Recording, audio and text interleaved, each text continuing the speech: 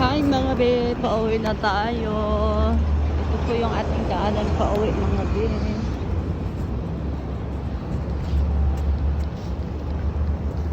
So, kalbo na yung ano dito, dahon kasi nga naglagas na siya.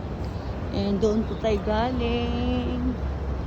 And ito po yung ating dadaanan, bibili ng tubig. Pero diretso na tayo, doon tayo sa Turbila. Grabe ang mga tao dito, ang bilis maglakad.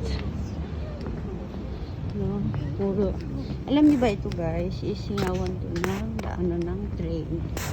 Ayan. Papunta doon sa station.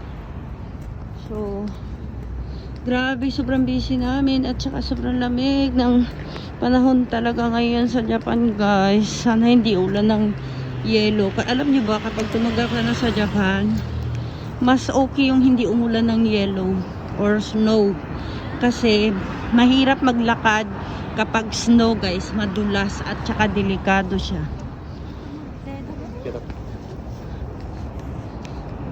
Tingnan nyo naman sila. Ay Diyos ko, ang lamig talaga. Ayan, tumatakbo sila, naghahabol talaga sila lagi ng oras, kaya minsan doon tayo dumadaan. Ngayon dito tayo dumadaan, kaya ito meron pa ang yellow kunti. So pupunta tayong bahay.